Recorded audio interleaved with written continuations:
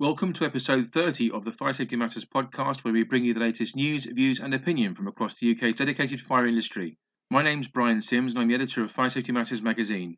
We're delighted that this podcast is sponsored by the Fire Safety event, which runs at the NEC in Birmingham on the 25th, 26th, and 27th of April 2023. Fire Safety Matters is once again serving as the lead media partner for the exhibition. To register for the show, visit www.firesafetyevent.com. As always, I'm joined on the Fire Safety Matters podcast by my colleague Mark Sennett, the CEO at Western Business Media. Good morning, Mark. How's things with you at the moment?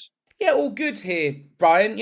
Busy time, as you know. You've got an issue upcoming, and which is technically the biggest issue of the year, isn't it? Because it's ahead of the Fire Safety event where you do a huge preview of that. And we've got the Fire and Security Matters Awards with entries flooding in, and I've got other awards, the State of Excellence Awards, where that deadline's approaching. So busy time, and I know you enjoy this time here, don't you? Because, of course, with that Fire Safety event preview, you're going to be on site to the Fire Safety event in March, aren't you? I am indeed, Mark. Yes, I'm good. Thank you very much. At the tail end of last month, I attended the first Going Places Roadshow in Falkirk with Carrier, and Ray Puddefoot and the team put on a brilliant event there, Mark, with lots of detail around the new fire safety regulations, of course. Back in the office, as you said, I'm currently working on the March print edition of Fire Safety Matters. It's a bumper edition of the magazine, 100 pages, possibly more. And we'll be taking this one to the NEC in April, as you mentioned, for the 19 group shows. This edition carries our usual preview section for the Fire Safety event. And the regular magazine focuses on three key areas, Mark: fire alarms and fire detection, software for fire safety, and also the construction sector. On top of that, there's part two of my review of the 2022 edition of the Fire Safety Matters Digital Conference, and several excellent contributions from our regular columnists, including Dennis Davis at the Fire Sector Federation. So in short, Mark, it's shaping up to be another great edition of the mag, which I very much hope the readers are going to enjoy. Yeah, you put me to shame there, because you're absolutely right. You did go to the Carrier Going Places event, and there is two more, and we've partnered with Carrier for this. The next one's on the 1st of March at Brands Hatch Circuit in Longfield in Kent. And then the final one is on the 7th of March at the Aviva Stadium in Dublin. These are completely free to attend, and you get CPD certificates for attending from us. So if you want to go to either the Kent one or the Ireland one, just throw into social media or Google Going Places with Carrier, or Going Places with Carrier FSM, and it will pop up and you can register for free. So please do come along to those. But we're going to move into the news now, Brian. And like I always say, you don't have to wait for this podcast to come out to get the latest fire safety news. You can go to our website, fsmatters.com, where you'll see all the latest news, prosecutions, products and services. And of course, you can look at our digital archives of our magazine. You can sign up to get the magazine and the FIA guide for free. You can look at our back archive of webinars for free, or sign up to upcoming webinars for free. Or you can sign up to get our weekly e-newsletter, which 50-odd thousand of you do weekly. So please do go to fsmatters.com, or if you can't remember that, just put into a search engine Fire Safety Matters and you get all that information and more. But news is what we're talking about, Brian, and that's how we always start this podcast. And I don't think there's much bigger news than the first story that we're going to talk about. It's the one that everyone's been talking about, and that is obviously an article that you've written on this, which was titled Home Office Signals Commencement of Fire Safety England Regulations 2022. My word, we've talked around this for a long time, Brian, along with the Building Safety Act and looking at what this new legislation was going to do to update the fire safety order, but it is in place, and now we can matter-of-factly talk about it, and that's what we're going to do now. So, the Fire Safety England Regulations 2022 came into force on the 23rd of January 2023, and they implement the majority of the recommendations made by the Grenfell Fire Inquiry in its Phase 1 report, which required a change in the law. The Fire Safety England Regulations 2022 seeks to improve the fire safety of blocks of flats in ways in which are practical, cost-effective for individual leaseholders, and importantly, proportionate to the risk of fire. So these regulations have come into force following the publication and guidance issued on the 6th of December last year. So for high-rise residential buildings, and what I mean by that is multi-occupied residential buildings of at least 18 metres in height or 7 or more stories, the changes here are the following, and listen to this closely, please. Responsible persons must share electronically with their local fire and rescue service information about the building's external wall system, and further provide the fire and rescue service with electrical copies of floor plans and building plans for the building.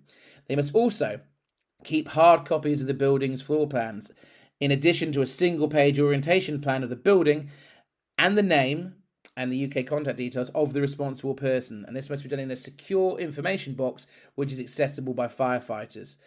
They must also install wayfinding signage in all high-rise buildings, which must be visible in low-light conditions. In addition, they must establish a minimum of monthly checks on lifts for the use of firefighters in high-rise residential buildings and on essential pieces of firefighting equipment. Also, they must inform the local fire and rescue service if a lift used by firefighters or any pieces of firefighting equipment on the premises is out of order for a period of longer than 24 hours. So, for multi-occupied residential buildings of 11 metres in height, the responsible persons must also undertake quarterly checks on all communal fire doors and annual checks on flat door entrance doors. In all multi-occupied residential buildings, the responsible person must provide residents with the relevant fire safety instructions and information about the importance of fire doors. So the Fire Safety Act 2021 clarifies the scope of the Regulatory Reform Fire Safety Order 2005. Most of us know that as the Fire Safety Order, to make clear that it applies to structure, external walls, including cladding and balconies, and individual flat entrance doors between domestic premises and the common parts. The Fire Safety England Regulations 2002, made under Article 24 of the Fire Safety Order, imposed new duties on the responsible person with regard to the areas brought within the scope of the Fire Safety Order by the Fire Safety Act. Commencement of Section 1 of the latter was therefore a necessary precursor to the laying of the Fire Safety England Regulations 2022. So that is a lot to take in there, Brian. This is a massive change to the regulatory landscape. We talked about before, Brian, on this podcast that, since the original fire safety order, up until last year, there has been no regulatory update to the fire sector. We're going to come on to another news story about government views on the failings of that in a moment. But this is a landmark. We've got more than one pieces of regulation gone through, whether it's been the Building Safety Act, whether it's been the Fire Safety Act, and now, of course, the Fire Safety England Regulations 2022. It has a massive effect, and this particular piece of regulation and legislation is talking about the requirements of the responsible persons. So you can read all about this on our website in great detail. Just throw into the search box on our website, Home Office signals commencement of Fire Safety England Regulations. You can throw that into a search engine anywhere and it will pop. But Brian, I think there's something else you'd like to add to this story too. Yes, I do indeed, Mark. In a communication sent to the Fire Sector Federation, Sarah Gawley, who is the Interim Director for the Fire Events and Central Management Public Safety Group that sits within the Home Office, has noted, and I quote, "The changes made through the Fire Safety England Regulations 2022 form an integral part of the reforms we're delivering to improve fire safety following the tragic fire at Grenfell Tower. They implement the majority of the recommendations made by the Grenfell Tower inquiry in its Phase 1 report to government that required a change in the law." Gawley went on to state, "The Fire Safety England Regulations 2022 were made under Article 24 of the Fire Safety Order and imposed new duties on responsible persons of high-rise and other multi-occupied residential buildings. This includes a requirement to share specified information electronically with the Fire and Rescue Service in order to assist the latter in planning an effective operational response to a fire, check specified fire safety equipment on an ongoing basis, and also provide residents with relevant fire safety instructions." Further, Mark, Gawley has stated, "In developing these reforms, we consulted widely, firstly through the Fire Safety Consultation 2020, and then as we developed the detail of the Fire Safety England Regulations 2022 to make sure that the changes are practical and proportionate in nature. The checks required for lifts, firefighting equipment and fire doors are intended to be simple enough in nature that responsible persons should not require the services of specialists, which may otherwise incur potentially disproportionate costs. The guidance on fire doors, Mark, is all about ensuring responsible persons are able to conduct the necessary checks themselves without the need to employ specialist support, and also do so in a consistent manner. The guidance clarifies the definition of a fire door and further sets out how to undertake an inspection of them. Now, the National Fire Chiefs Council has produced infographics, animations and templates that help to explain the Fire Safety England Regulations 22. I viewed some of them, Mark, and they're excellent. These can be found on the organisation's website at www.nationalfirechiefs, that's all one word, nationalfirechiefs.org.uk. In conclusion, Mark, Gawley noted the Fire Safety England Regulations 2022 place a number of new requirements on responsible persons, and we're very keen to understand how they work on the ground in both the short and longer term. We've made a commitment in legislation to review the Fire Safety England Regulations 2022 within 5 years of commencement. But in the meantime, we'll work with the sector to monitor the impact on an ongoing basis. So indeed, major news to start the year here, Mark. Yeah, absolutely. And as I teased in that news story, we've got another major piece of news that you want to lead off on. So fire away, Brian. Yes, Mark, the Building Engineering Services Association believes the government's recent admission that it was partly to blame for the Grenfell Tower tragedy is a, quote, crucial step forward for building safety. Housing Secretary Michael Gove has admitted that the building regulations in place at the time of the June 2017 fire, which claimed 72 lives, were faulty and unclear, in turn leaving them open to exploitation. In a series of interviews with the mainstream media, Mark, Gove also admitted that the government failed to effectively police the, and I quote, whole system of building safety, which allowed unscrupulous people to exploit a broken system in a way that led to tragedy. The BESA has welcomed what it describes as a noticeable change of stance since the Grenfell Tower inquiry took place. While giving evidence during proceedings, lawyers representing the Department for Levelling Up, Housing and Communities claimed that the building regulations were, and I quote, clear and unambiguous. Gove has now accepted that the guidance around Part B of the building regulations in particular was too loose and open to misinterpretation. While much of the recent focus has been on forcing developers to put right decades of faulty and unsafe work, the BESA believes it was equally important the government acknowledge its own failings. Now, David Fries, CEO at the BESA, said, the industry bears a heavy weight of responsibility for the Grenfell Tower tragedy and the culture of corner cutting that led to it, but it's also important to acknowledge where guidance and enforcement failed. Fries continued, the emergence of the Building Safety Act is a key legacy of Grenfell, but simply putting legislation in place is not going to be enough. The government must continue to consult closely with the industry to plug any gaps or areas of potential confusion in that legislation, and then commit wholeheartedly to enforcing the rules in order to keep people safe. Admitting where it went wrong in the past is, therefore, crucial to ensuring the same mistakes are not repeated. Gove informed the Sunday Times that the whole system of regulation was, and I quote, faulty, and that the government did not think hard enough or police effectively enough the whole system of building safety. The BESA has also praised Gove's announcement that legislation to create a responsible actors scheme is being drafted. This would then allow the Secretary of State to ban developers from the housing market if they fail to rectify any unsafe work. As reported by Fire Safety Matters at the time, Mark, Gove has given House builders 6 weeks to sign a government remediation contract requiring them to repair buildings, some of which date back over 30 years, and also reimburse taxpayers at an estimated cost of £2 billion. This money will be on top of the Building Safety Levy, which is expected to raise £5 billion from the industry towards cladding replacement projects and also other fire safety related works. Too many developers, along with product manufacturers and freeholders, have profited from these unsafe buildings and have a moral duty to do the right thing and pay for their repair, said Gove. In signing this contract, developers will be taking a big step towards restoring confidence in the sector and also providing much needed certainty for all concerned. There will be no way to hide for those who fail to meet their responsibilities. So strong words from Michael Gove there. To date, 49 of the country's leading developers have verbally agreed to address historic construction problems. Importantly, these pledges will now be turned into legally binding commitments. So this is a huge story, Mark. What are your views on this one? Yeah, I'm going to add a couple more quotes from some of the main parties involved in a moment. I mean, just touching on some of what you said there, Brian. We covered on the last podcast, in fact, Michael Gove giving house builders 6 weeks to sign the government remediation contract requiring them to repair buildings. You can go back to the last episode of the Fire Safety Matters podcast to listen to that. I mean, you know, listening to BSA on this, you know, they say that it's, you know, almost like a surprising change of tone from the government, or certainly a notable change of stance, is their exact words, wasn't it?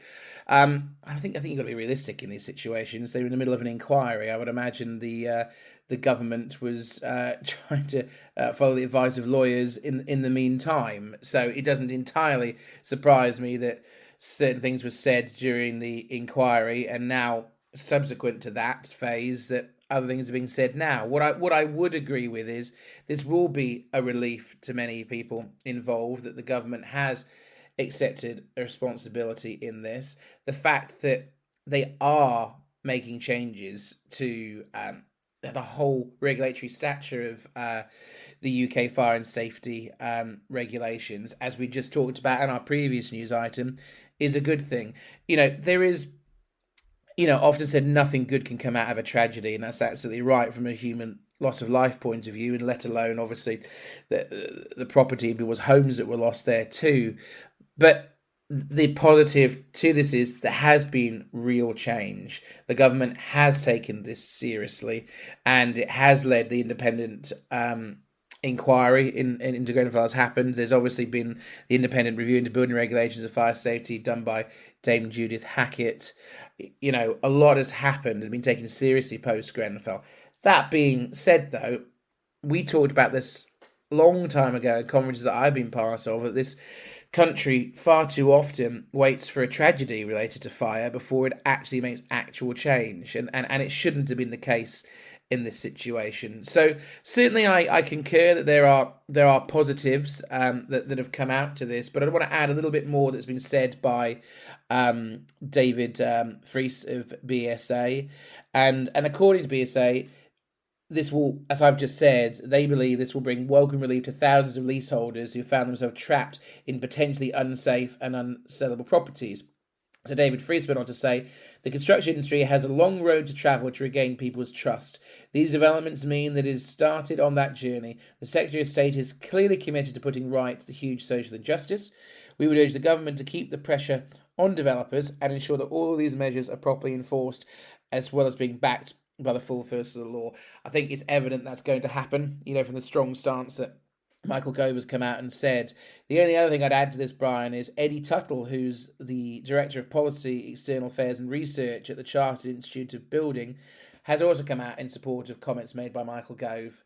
Mr. Tuttle has said, the announcement by the government, which echoes the finding of the Dame Judith Hackett in the independent review of building regulations and fire safety, is one that we very much welcome. The Grenfell Tower fire and subsequent public inquiry highlighted the consequences of deregulation and paved the way for the Building Safety Act, but it also revealed the extent to which profit was being prioritised over building quality and safety. The Chartered Institute of Building is wholly committed to ensuring that our industry learns the lessons of the past and works to ensure those who occupy the buildings we go into are created safe and feel safe in their homes. So if you want to find out even more about this article, Brian wrote it in great depth on our website. You can go into the search box on our website and probably just type BESA and up it will pop. Or if you want to go onto a normal search engine, throw in BESA welcomes government admission of guilt over Grenfell tragedy and it will pop up. So Brian, we'll take a quick pause in the news now to introduce our first guest for this episode of the podcast. Who have you got for us this time, Brian? Our first guest on episode 30 of the Fire Safety Matters podcast is Derrick Hall, Director of Sales at Kentec Electronics, the business specialising in automatic extinguishing and suppression, fire detection and alarm panels and detection systems. Derrick harbours more than 24 years of experience gained by operating in the fire detection and alarm industry. During his 12 years at Siemens, he was responsible for launching the Cerberus Pro range to the UK market. He moved to Kentec in late 2018. Derrick is joined on the podcast by Craig Puddefoot, the Managing Director of Early Birds Fire Protection Limited, the London-based systems installer. Craig took on the Managing Director's role in October 2016. He's a very highly skilled fire and security systems engineer with a strong knowledge and understanding of integrated systems. During the interview with Mark, Derrick and Craig focused their attentions on two key issues, namely training and the installation of life safety systems.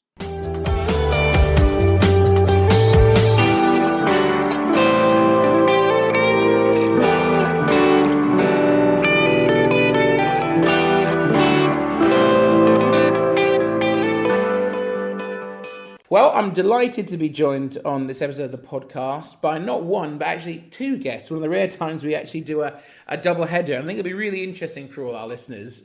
We're lucky enough to be joined today by Derrick Hall, who is the Director of Sales for Kentec Electronics, and also Craig Puddefoot, who's the Managing Director of Early Birds Fire Protection. So we get both a manufacturer perspective and also an installer perspective. So, gentlemen, thank you for joining me. How are you, Derrick, first? Are you well?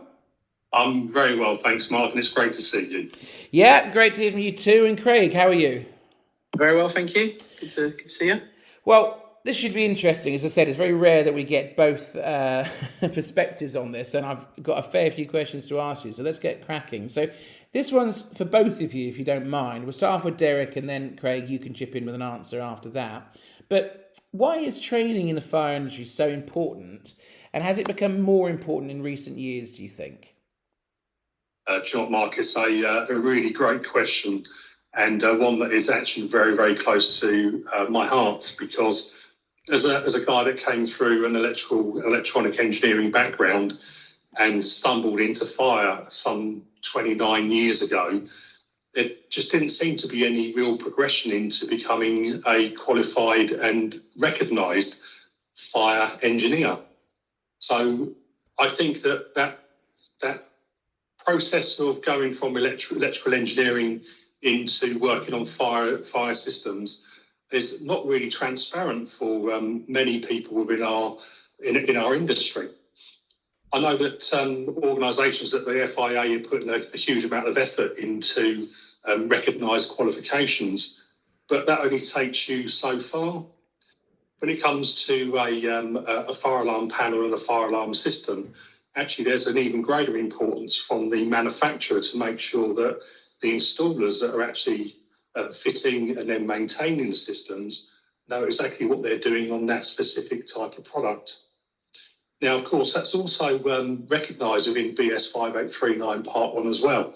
So very early on in that standard, it does say about engineers, not just the company, being competent and capable, but really that's backed up by training from the manufacturer. So it's really important for Kentec to address that and make sure we're actually making sure that our installers know exactly what they're doing, because after all, it is a life safety system.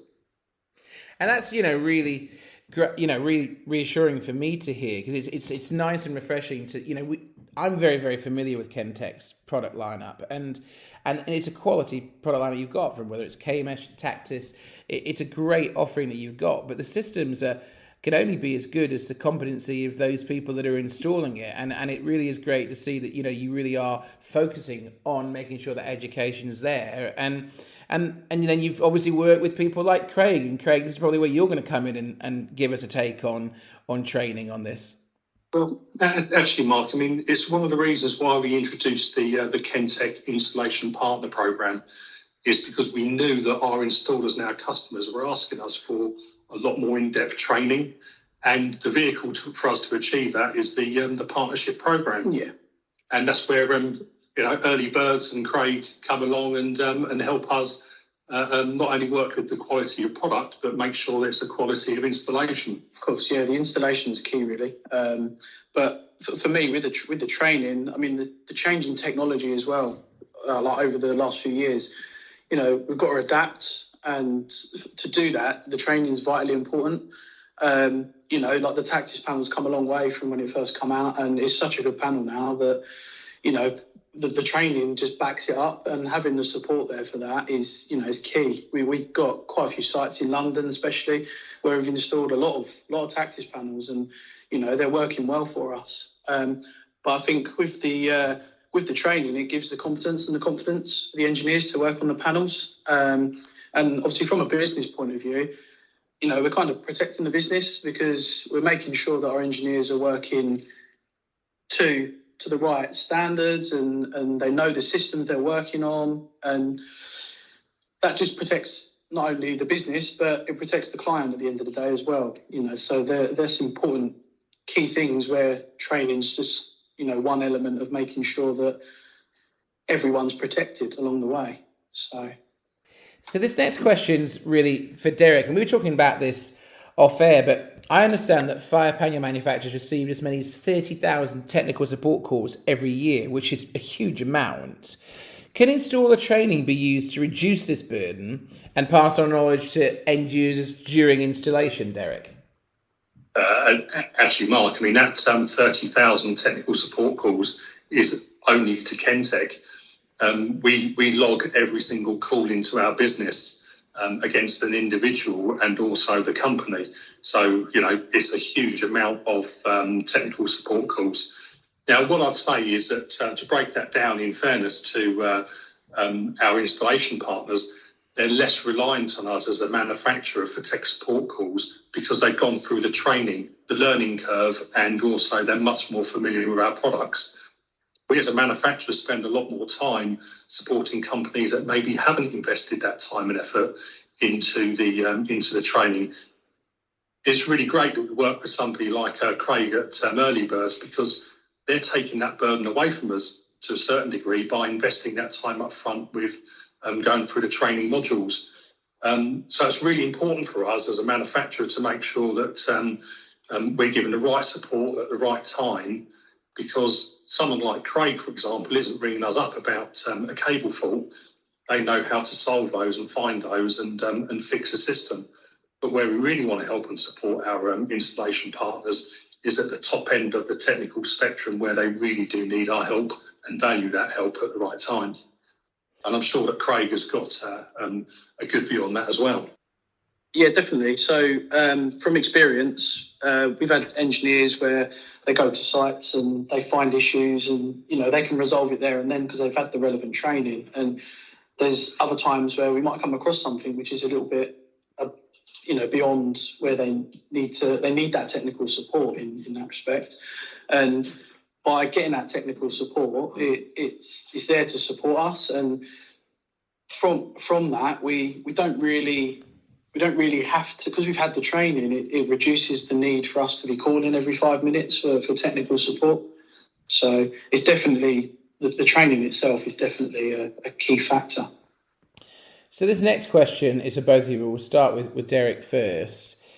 What, in your opinion, makes life safety systems training impactful?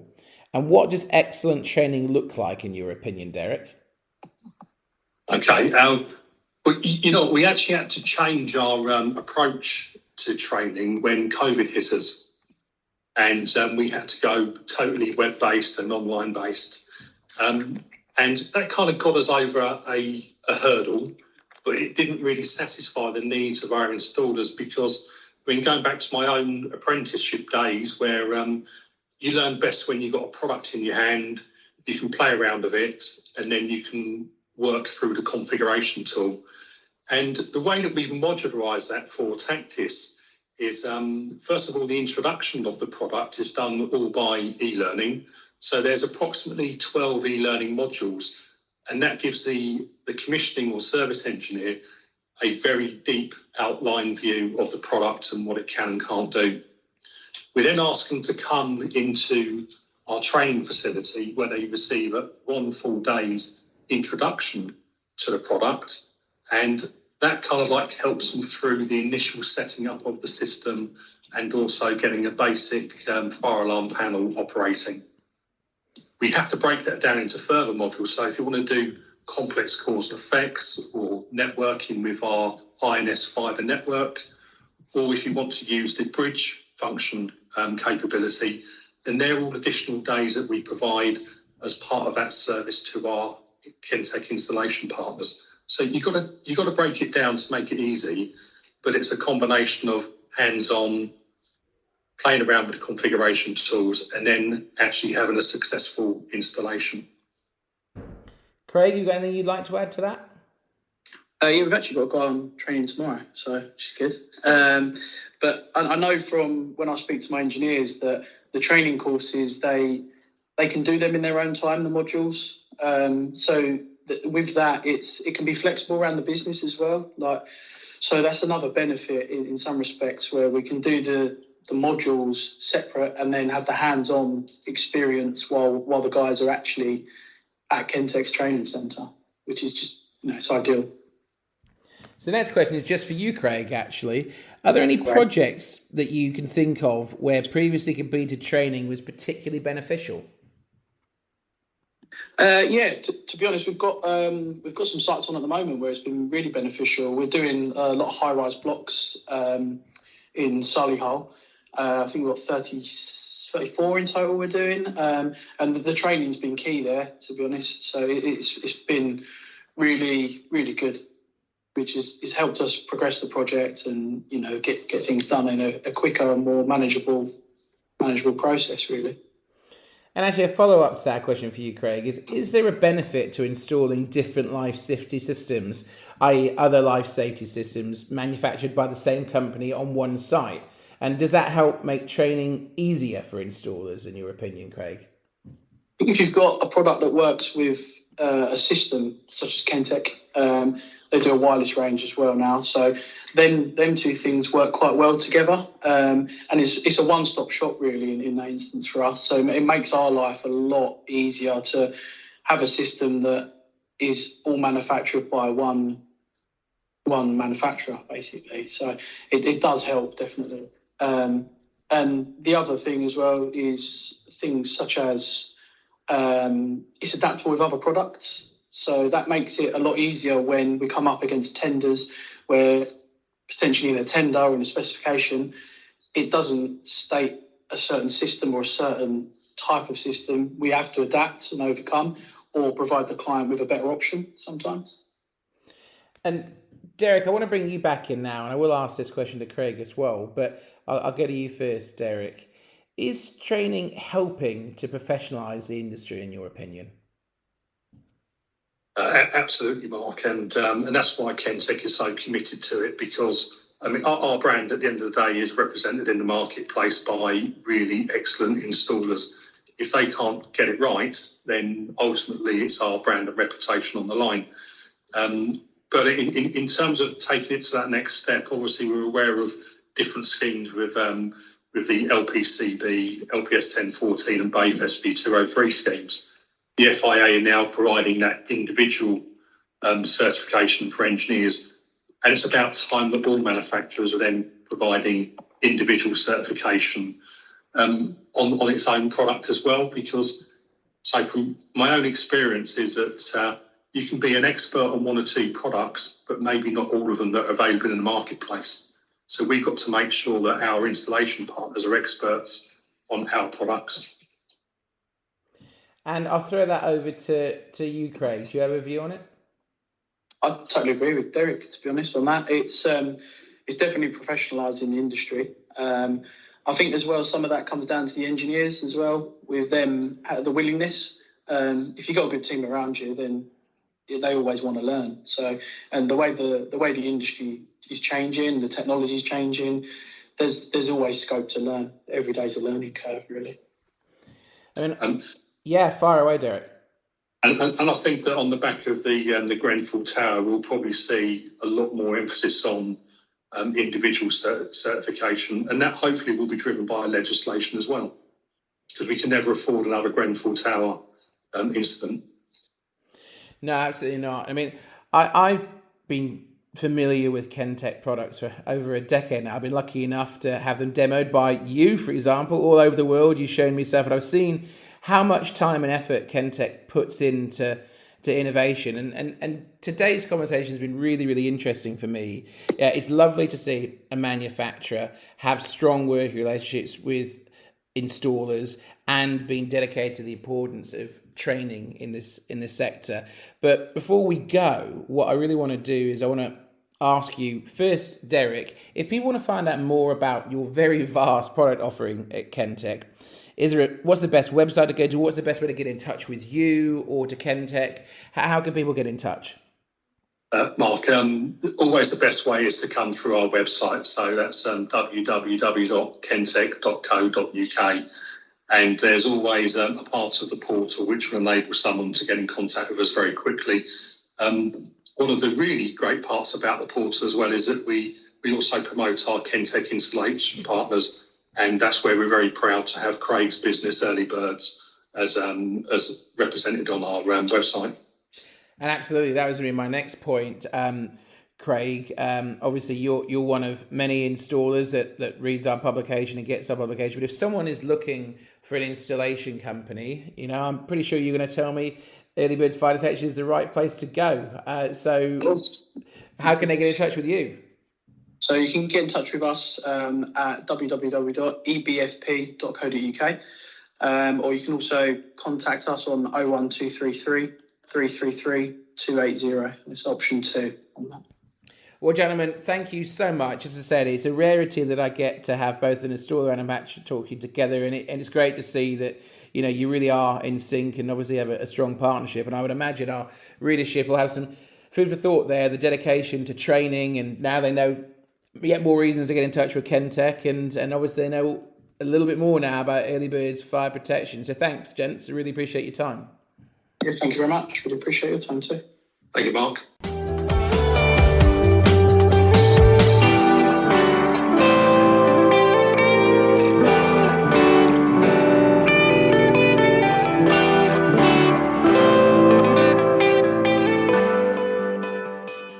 So we return to the news now, and like I said at the start of the podcast, you don't need to wait for this podcast to get all the latest news, prosecutions, and products and services. You can go to our website, fsmatters.com. If you can't remember that, put into a search engine Fire Safety Matters, up we pop, and on the website you can see all the latest news, as I said. You can also look at all of our upcoming webinars, watch our back archive for webinars, or sign up to get copies of the magazine for free. You can read digital copies of the magazine and the FIA guide on there, and you can sign up to our weekly e-newsletter. Of course, you can follow us on Twitter and LinkedIn as well, and we put all of our news stories straight to there as well. But we're returning to the news now, and it's another interesting story, Brian, and this one was titled "Proposed Sprinkler Requirements in Care Homes, a Positive Step, Asserts BSA." So I'm going to go into this a bit now. So the recent announcement from the Department of Levelling Up Housing Communities on proposed changes to approved Document B of the building regulations is welcomed by the Business Sprinkler Alliance, who are the BSA, as a common sense step in the drive to improve fire safety in care homes. The government is proposing several new updates to approved Document B, and I would add it is long overdue that happens, Brian, including recommendations to mandate sprinklers in care homes regardless of height. As such, the government is inviting responses to its consultation process, which remains open until the 17th of March. And I would certainly encourage everyone to take part in that when it's relevant to you. So, according to Care Home UK, there are circa 17,100 care homes in the UK which house nearly 500,000 individuals. Recent figures from the Home Office have indicated that for the financial years 2016-17 to 2020-2021, there were just over 3,100 fire incidents in such premises, with 589 people being injured as a result, and tragically 7 individuals lost their lives in these incidents. The majority of UK care homes have fire alarm detection systems installed, while members of staff have to undergo fire safety training. However, the majority of care homes do not have sprinkler systems installed. So I'm going to bring you in this in a moment, Brian. The stats there are pretty stark. There have been fatalities, and just one fatality is too many. There's been 589 injuries in that period of time. I think it's pretty obvious it's very difficult sometimes to move people from care homes in instance of a fire. They may not be able-bodied, and it makes it even harder. They'll certainly, in instance of a fire, be very, very scared, and add that to any disabilities they may have, can make it very hard to evacuate people from these premises safely. From a personal point of view, from who's had someone, my grandmother was in a care home, assisted living facility for a few years, I do strongly believe there needs to be sprinklers in these premises. I think I've talked before on this podcast, Brian, about where when I was at the FPA, the Fire Protection Association, I have actually been in the middle of a simulated fire and see how quickly you could lose visibility. And I had breathing apparatus on, so it wasn't like I could be overcome by smoke. And of course, as anyone listening to this knows, I would long been overcome by smoke before the fire would have killed me in that incident. But it's a terrifying experience, even in a simulator situation, let alone if you're elderly or disabled, and you may not know your way around that premises particularly, because it's where you live, but it's not like you're in my home, Brian, for some people either in that situation. So for me, I've seen the benefits of what sprinklers have done of putting out fires while they become major fires, and it can prevent a total loss of a building, and it can definitely save people's lives. So from my personal point of view, I do think it should be mandated that sprinklers are in there. But I think you've got more to add to this too, Brian. I do indeed, Mark, and I would echo your comments there to begin with. Now, care homes can be vulnerable to fire outbreaks. We know this. There are instances of this happening in the past. The fire at the New Grange residential care home in Cheshunt back in 2017, for example, claimed the lives of 2 people while the building itself was substantially damaged. This fire led to a coroner raising the issue of the lack of fire sprinklers in such buildings, highlighting the belief that the installation of such systems could prevent future deaths. A substantial fire occurred at the Beechmere care home in Crewe in 2019. There were no sprinklers installed on this occasion either, Mark. If the incident commander had not overruled the stay put policy and ordered a full and immediate evacuation of the premises, the outcome of this fire would have been very different indeed. The Beechmere care home incident also raises the question as to why elderly people, many of whom need assistance of course, were housed in a building which was not served by sprinklers and therefore vulnerable to fire damage potentially. Many care home residents are not readily mobile and have difficulty in evacuating unaided. Additionally, due to age or dementia issues, many residents are easily disoriented or confused.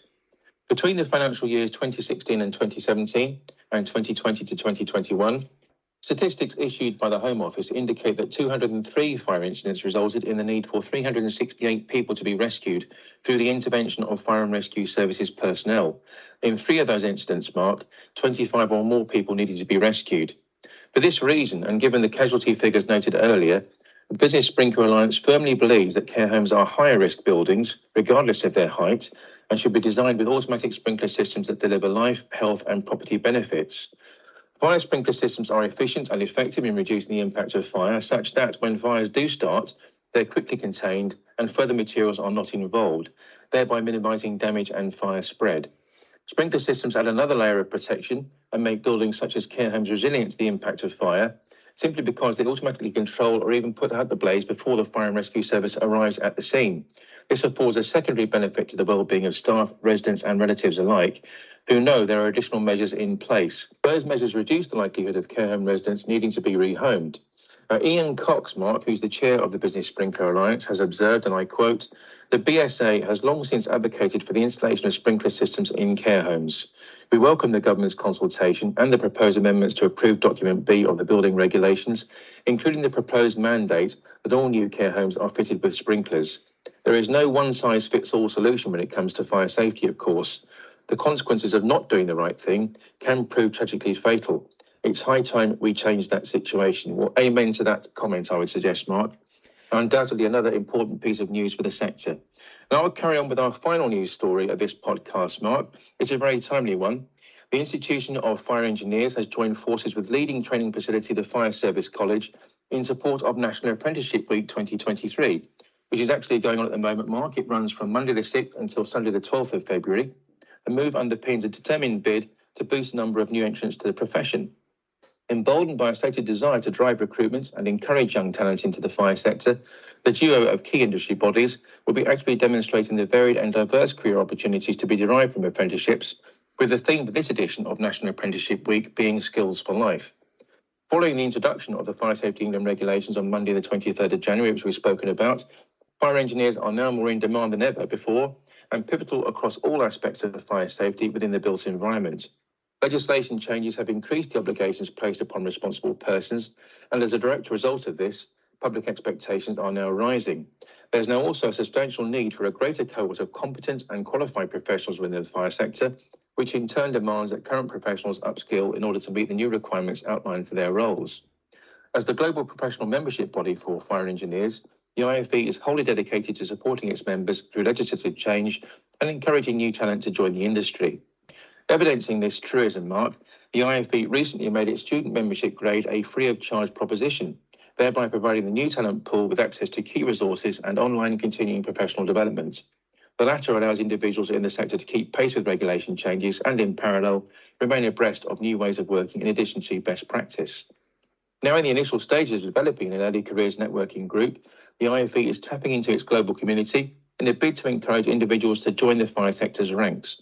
This will provide budding fire engineers at the Fire Service College with a platform to share knowledge, raise issues, and also network among themselves.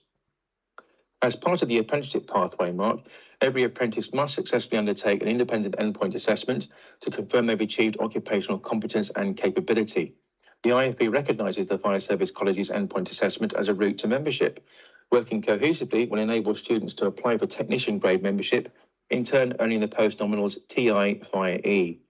Now, commenting on the joint venture, Mark, Steve Ham, who's CEO of the IFE, has stated, and I quote, "It's such an exciting time for people to be joining the industry. Through working with the Fire Service College, we're able to showcase clear pathways into the fire sector and also how it offers a range of diverse opportunities. From mapping wildfires in the US through to developing hydrogen energy projects in Japan, not all roles lead to becoming a firefighter. Indeed, fire engineers remain crucial in our mission to secure a sustainable and fire-safe future." And Ham went on to conclude, "At the IFE, it's our responsibility to offer inspiration, support and professional development to the next generation of fire engineering talent. Free membership for apprentices and developing platforms for young talent means that we're purposefully showcasing our dedication to the next generation of fire engineers." What's your take on this one, Mark? The Fire Service College, a site I know very, very well. When I worked at the Fire Protection Association, they were and still are based on the Fire Service College. I actually lived out in Morton-in-Marsh, where that is, for a couple of years, so I know the site very, very well. I mean, there's those that know me from my time there know a very amusing story of when I had to hold the Fire Sector Summit, a conference I did for the FPA, in the fire engine garage due to lack of space, and it was entertaining having to put a carpet and drapes in there. And what was more amusing is I once did a eliminating false alarms seminar from that venue, and a false alarm happened during it, and I was absolutely mullered for that by all the guests. So yeah, I know the Fire Service College very, very well. Fond memories of that site, and obviously we've still got clients there, BAFE, that are based on site. I mean, talking about this story as a whole, it's something that we've talked about in the magazine with Ian Moore of the FIA before, the Fire Industry Association, and there needs to be a drive to get younger people into the fire sector, whether it is as fire engineers, as we're talking about in this situation, or fire safety managers, or in any form of the fire sector, let alone, most people seem to think of the fire sector when you talk about it as the fire and rescue service. It's much wider than that.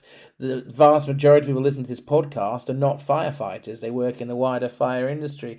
And I think all of us that are in this sector listening to this can say we probably didn't expect to be in the fire sector when we left school or at school or university or whatever route we did to get here. But I've loved my time working in the fire sector. I'm a journalist by trade, as everyone knows, and I didn't expect to own a business thanks to the fire sector and the relationships that I had there. And obviously, we've got 7 publications in our company now that aren't just fire safety, but fire sector helped me on that journey. It is a fantastic sector. I have been all over the world and all over the country, or all over the United Kingdom too, with this job. And it's not just me, the people listening will be able to say that, whether you're an installer, a fire engineer, a fire safety managers, you can go to some fantastic sites, at the top of the Shire. There's lots and lots of places that this job can take you. And I think when you talk to people, that's important about the pathway into this sector, is say, this job can be very diverse. It can take you to amazing sites and places. That might not appeal to everyone, obviously, but you seem to find a lot of longevity from people staying in the sector. Most of the people I know in the sector have been in it a long, long time, longer than the 8 to 10 years that I've been in it. And I know, Brian, that you felt when you came in covering fire in your job before this, that your background mainly being security before that it's very quick you can fall in love with the sector and the people here. And I think it's with that kind of passion that we all have a responsibility to teach people to come into this sector. It's not a dead-end job. There's many routes that you can go. I mean, 2 things I'm passionate about in terms of bringing people into the sector is inclusivity, whether that be gender, sexual preference, whether it is race, age, whatever. We want to see as diverse of people coming into the sector as possible. And I said that latter part there is an important part of getting younger people through as well. And for me, there's still plenty of work to be done. But when we look at what's happening here, I think it's a great move by IFE to give students free membership, because IFE can provide them with great support, great information, and give them an even greater grasp and knowledge of the sector to help them grow. I think that's a really, really good move. And of course, that's natural for the Fire Service College to support that, because that they are teaching people in this sector. So yeah, I completely do support the fact that we need to get more people into the sector, and we really need to do an education piece about just how broad the role and how interesting a job it can be. And for me, it has always not just been a job, it's been a career. And that is the same for most people that I know in this sector. But, just finishing off on this, I'm going to take some comments from Claire Mowbray, who's the Learning, Delivery and Transformation Director of the Fire Service College. She said, our apprenticeship programme has been developed by sector experts, taking on board feedback from previous apprentices. All those who take part in the apprenticeship programme with ourselves have access to world-class training facilities. That is true, I have been there. And experienced, high-quality instructors are educating them. Our apprenticeships are a fantastic route into becoming a fire and rescue professional. And she goes on to say, apprenticeships also enable those from a diverse range of backgrounds perspective to access a career in the fire and rescue service, with different career paths available, among them the role of a firefighter, community roles and careers focused on fire safety. So that looks at another element to it as well. You've gone from the engineers to also getting into the fire and rescue service. It is a fantastic profession. Either way that you go, whether it's the fire and rescue side or I would call the more fire industry side. And it's great to see people working together to drive more equality and to drive younger people coming into the sector, because we need younger people to come in with new skills I can't carry on doing my job forever, that's for sure. So we need youth movement coming through to replace workers that retire or move out of the sector. So I want to finish off, Brian, because that's the end of the news for this episode of the podcast. But there's one other thing I really want to touch on, and we touched on in the last episode of the podcast, and that's the Fire and Security Matters Awards. The deadline is fast approaching. It's the 31st of March 2023 is the entry deadline. It's completely free to enter. Please, if you're listening to this, do enter. It'll only take a few moments to do so, but it is the perfect way to get yourself, a colleague, your team, your organisation, maybe a supplier or a client, a product or a service recognised by your peers. The best part of my job, hands down, Brian, is getting people in contact, so excited when they've been shortlisted on these awards. So please do enter. The categories for fire are Fire Installation Company of the Year, that's sponsored by Apollo. Fire Safety Manager of the Year, sponsored by TO Fire Safety. Fire Safety Team of the Year, sponsored by EMS. We've got the Fire Safety Project of the Year, and that can really be a case study of how you've worked with someone as well as just an overall project. Then there's Fire Safety Innovation of the Year as well, so that's any product or modified product of the last 18 months. And then there's Fire Safety Campaign of the Year, sponsored by Uptick. Following on from what we just said, Fire Industry One of the Year, sponsored by FFE, absolutely something that we champion as well, of seeing more women come into the sector and celebrating women in the sector as well. So please do enter. You've got until the 31st of March to do so. And the website for that to do is firesecurityawards.com. That is firesecurityawards.com. Listen, if you can't remember that, just type in Fire and Security Matters Awards into any search engine and up we pop at the top of the listings. So I would strongly urge you to enter that. So Brian, that's the end of the news part, as I said, of this, and it's time to introduce our final guest. So who have you got for us?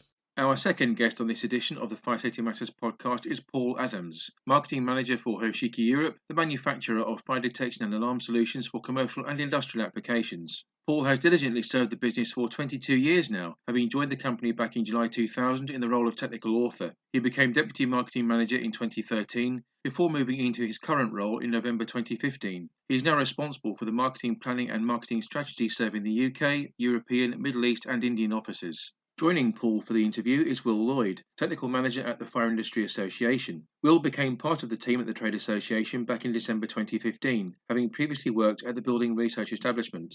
At the BRE, Will served in the role of Product Manager for the Electronic Security Team. He's a trained fire detection and alarm system installer. During their conversation with Mark, Paul and Will concentrate on multi-sensor technology, looking in particular at compliance issues, false alarms, and also some typical applications.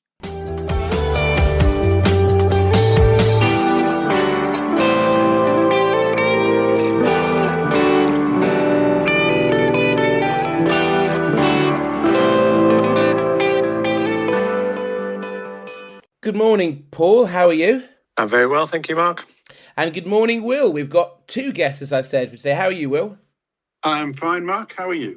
Yeah, great. It's great. I've been really looking forward to this. As obviously, we work very close with the FIA, as you know, Will, from doing the new FIA guide that came out recently. And we've got our awards, joint awards that are open. And anyone listening, please do enter the Fire and Security Matters Awards for free by the 31st of March. You know, we're very, very proud of our partnership with the FIA and very thrilled to have won an award for the FIA guide from the PPA. And Hochiki is an organisation I've worked with for many years. I don't know how long I've known you now, Paul. I mean, it must be a good 8 years, I would say. Well, yeah, maybe as long as I've been at Hochiki, I think that's probably over 20 years. So yeah, it's been a long time, and I really want to use this opportunity because Hochiki got a fantastic range of products out, and the point of this part of the podcast is to really educate our audience on different kinds of technologies, and of course, Will reinforces this from a technical point of view from the Fire Industry Association. So I've got some questions I want to fire at both of you, but I'm going to probably pick on you first, Paul, if that's okay. I want to talk about the need for multi-sensors and the benefits. What do they do over other sensors, in your opinion? Okay, well, if we're talking about a true multi-sensor, and there is a definition of multi-sensor in the BS 5839, but I think it's important that we nail it right at the beginning. So a true multi-sensor is a device that will use more than one sensing element to determine whether there is a fire. There are products sold on the market labeled as multi-sensors, but they will have an optical sensor, which then might be enhanced by a heat sensor. So it's still an optical sensor. It's just got a heat sensor giving it a second opinion, if you like. Whereas a true multi-sensor will use the combination of both of those elements, or more than one element, in the case of a CO sensor, to determine what's happening in the environment. So that's a true multi-sensor. That's how we see it. And the benefits over a single criteria sensor is that second opinion. You're taking two phenomena that are in the environment, and you're sampling those, and you're combining the information from those two sensing elements to determine what's actually happening. So, one element can be fooled by certain criteria. Two elements rarely are fooled. They're reacting together to tell you that there's something going on, that there's a fire there. So, in terms of filtering out false alarms, for example, that's where we see the benefit of multi-sensors. So, Will, let's talk about compliance. I want to talk about how can you achieve it, and what does a true multi-sensor compliance look like, in your opinion, Will? Well, true multi-sensor compliance can be achieved by various methods. There are BS-EN 54 suite, which covers the whole of the fire alarm product range, and there are specific ones for multi-sensors, which is 29, 30, and 31. But let's not forget, we have the individual standards for the heat detector, BS 54.5, and the individual for the smoke detector, 54.7. So we can combine those to create a multi-sensor. But the best way of compliance is the true multi-sensor standards, which is 29, 30, and 31. They are a combination of whether it's heat, smoke, smoke and CO, and various combinations. If you are looking to buy a multi-sensor, I would always recommend to look for read the certification, because that's the important bit. So, to sort of follow up on that a bit, Will, how many modes of operation does a multi-sensor have, and are they all tested? And also, which say have the capability to use the full range of modes of operation? So this is going to be down to individual manufacturers. And I must admit, Paul, I did drop onto Redbook Live because I know Hochiki is certificated by BRE LPCB. And I did have a quick peek at your multi-sensor certificate.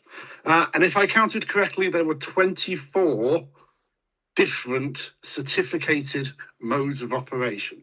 So you could set a Hochiki multi-sensor to 24 different settings. That's true. Yeah, that's our latest multi-sensor. Yeah, and the question I always have to people is, do they take it out the box and just use the default? And I think this is where we're falling down with multi-sensors, is that I think people don't understand them enough. So, Paul, let's go back to you. Let's talk about the topic of false and unwanted alarms. In your opinion, what are the common mistakes that contribute to unwanted alarms, and what are the impacts that these can cause? Okay, well, there's lots and lots of reasons for false alarms. There are hundreds of false alarms every year, unfortunately, 200,000 plus, I think. And they can be caused not necessarily by the product going wrong or the systems, but mainly by the environment. I know Will's talked about this before, but, buildings, to have a building with no false alarms, to guarantee that, you just wouldn't open it to the public and it would sit quite happily and not false alarm. People create false alarms, the processes that go on in the buildings, the environmental factors that people introduce in their everyday tasks. Unfortunately, that is the main cause of false alarms. We can, sophisticated sensors, and multi-sensors fall into that bracket, we can tune those out. We can fine tune the sensor to fit the environment. If we do a risk assessment and we know that a forklift is going to produce exhaust fumes between these certain hours, we can make sure the sensors in that area are only working on heat mode, for example. So we can, with multi-sensors, you just have that flexibility to be able to tailor the sensing elements to suit what's going on in that environment, to make sure that you're not causing the alarms to go off just down to day-to-day activities. So, Paul, I'm very familiar with your products, and I've been demonstrating them on exhibition stands across the world from you and your team, and without doubt, the reputation that Hochiki's got is fantastic. But one thing that can affect this is obviously humans, and the question I've got for you is: do technicians understand all the modes of operation that are in multi-sensors, and have they got the knowledge to pick the right mode? I'd like to say yes, but I think in reality, as multi-sensors are getting more and more sophisticated, unfortunately, the engineer is faced with so much choice and so much technicality around the product that it's very easy, as Will said, to just use the product straight out of the box on the default mode. So it's really down to training. And, we're a big proponent of training. We offer free product training to all our customers. We conduct CPDs on a regular basis to try and build up that background knowledge that we think all fire engineers should have. It's all about competency at the end of the day. So if you've got a sophisticated product, you need a well-trained engineer or a well-trained system designer, I guess, first, and then a well-trained engineer to install it and maintain it. Otherwise, we're just going to shoot ourselves in the foot. We put these sophisticated products up. We don't know how they're programmed. We don't know from building to building how they're operating. So it's down to education. So, Will, I want to bring you in on this as well. So, on that topic, can we explore a bit more about technicians' understanding of the capability of multi-sensors, please? Yeah, I think Paul hit the nail right on the head. It is about education. The FIA offer full qualifications. We offer a full design, advanced designer. And part of that is we try and explain that not all multi-sensors are the same. And you need to program and decide and pick your mode of operation for the multi-sensor, for the fire risk that you have.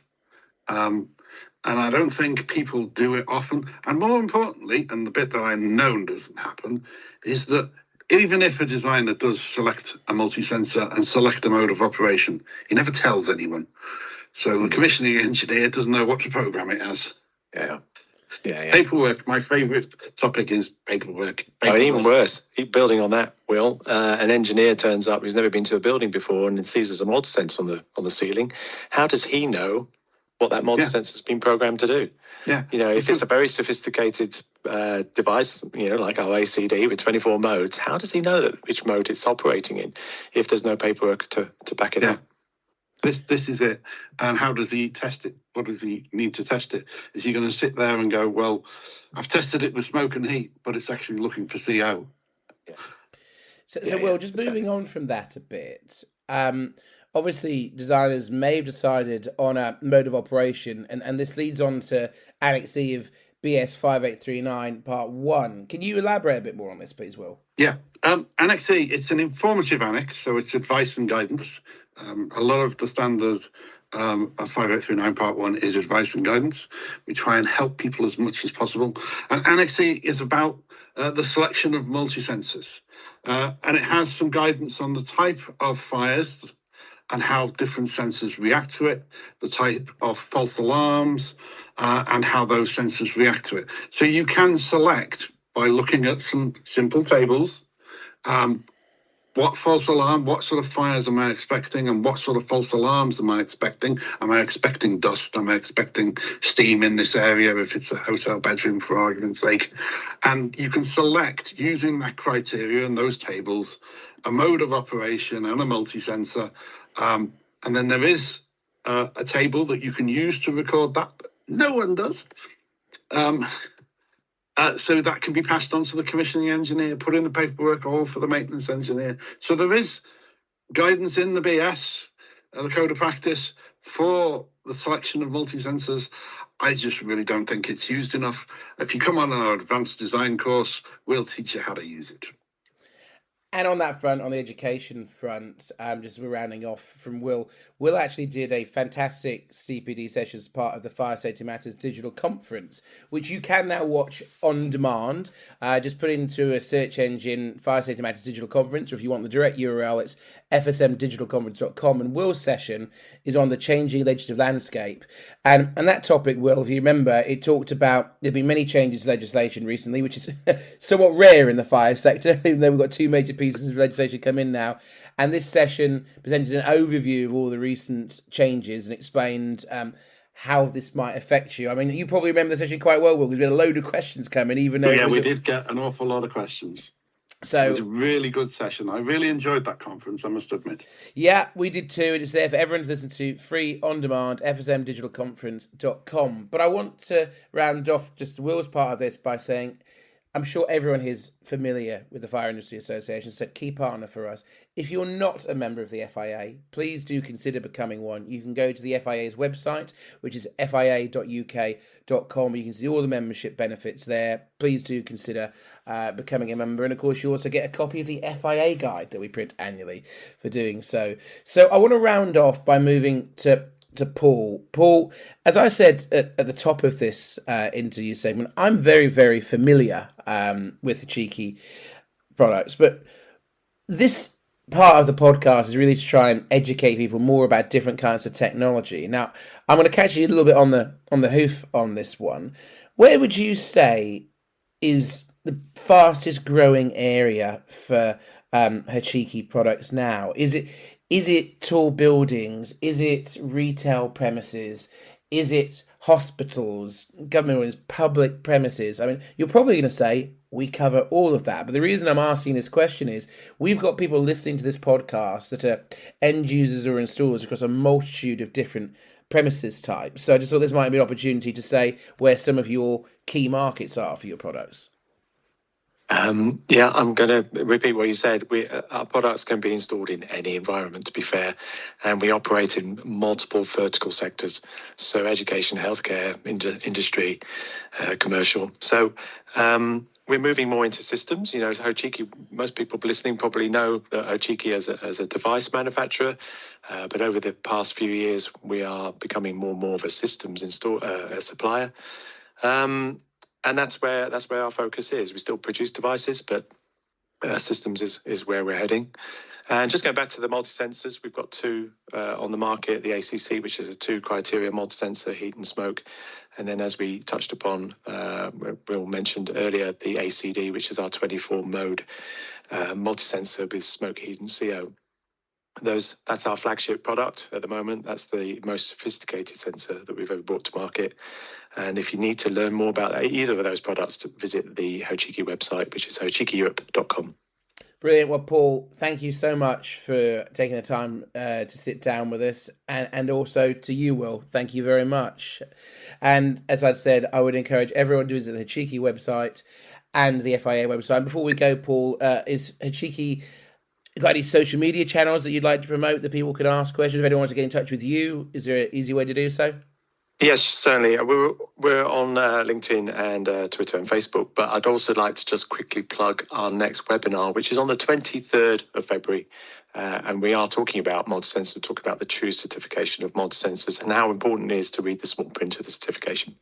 Absolutely. Those webinars are always fantastic that Hochiki do. Completely free to attend. So go to their website, sign up free, follow them on social media. You'll see all of the easy ways to sign up. And gents, it's been an absolute pleasure. Thank you for giving me your time. Thanks so much, Mark. Thanks, Mark.